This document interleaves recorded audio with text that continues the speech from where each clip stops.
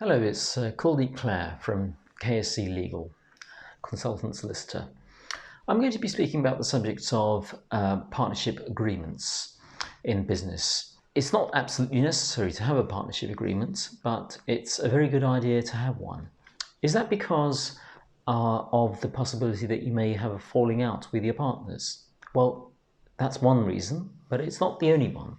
You don't have to have a partnership agreement, but it's a good idea to regulate what exactly the responsibilities of your partners are in terms of their duties, what they're going to be doing in terms of marketing, workload, the hours, what hours they're going to be working, the holidays, and their responsibilities, contributions to the partnership in terms of perhaps what they put in terms of capital, recording the ownership split of the business. It's a good idea to put all that in writing as part of the partnership agreement.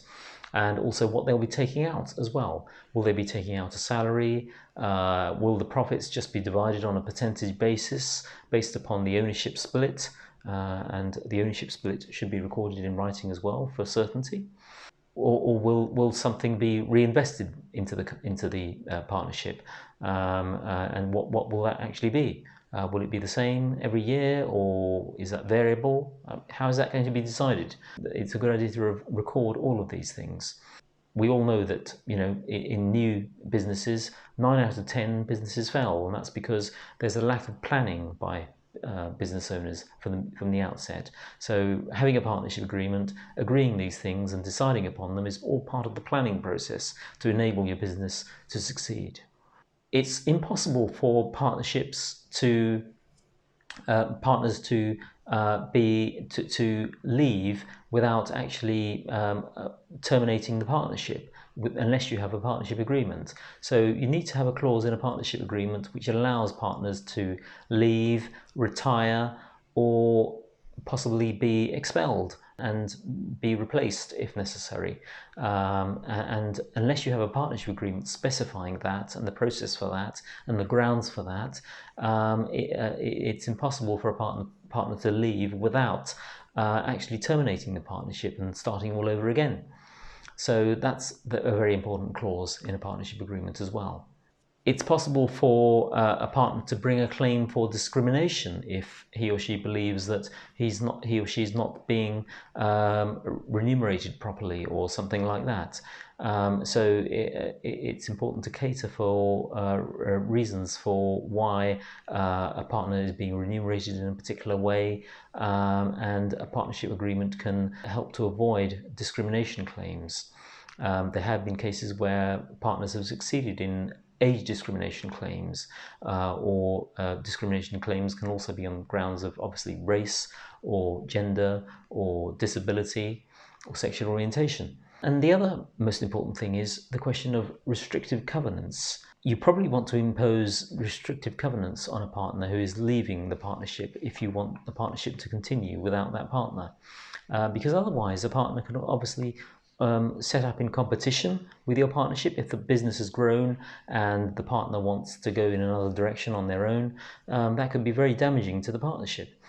So it's possible to have these restrictive covenants, but the important thing to remember is all restrictive covenants, and I better explain here what I mean by restrictive covenants if you're not used to the idea. All restrictive covenants must be reasonable. And what I mean by restrictive covenants are the sort of clauses which restrict what a partner can do after he or she has left the business. In other words, setting up in competition, poaching existing staff of the partnership, or soliciting clients or customers of the business, or joining a competing business, a larger business, which competes against the partnership.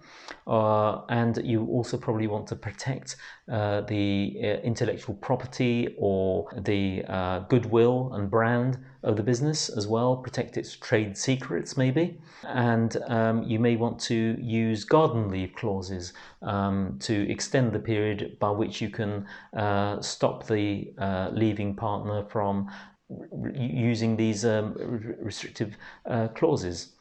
So the problem with these restrictive clauses is they have to be reasonable, and they can only be used for a certain length of time. And the kind of clauses which you can use in your circumstances always depends on the particular circumstances of your business. So there's no black and white answer or easy answer to what kind of clauses can be reasonable. They have to be drafted carefully by a lawyer in in your particular circumstances, and there's no easy answer as to what can be deemed to be reasonable. If the kind of clause which you have in your particular partnership agreement, is deemed to be unreasonable, then it simply will not be enforced. It will be struck out by a court, and it will be treated as completely ineffective. So you'll be stuck without a clause at all. So it's very important to have a clause drafted which is reasonable.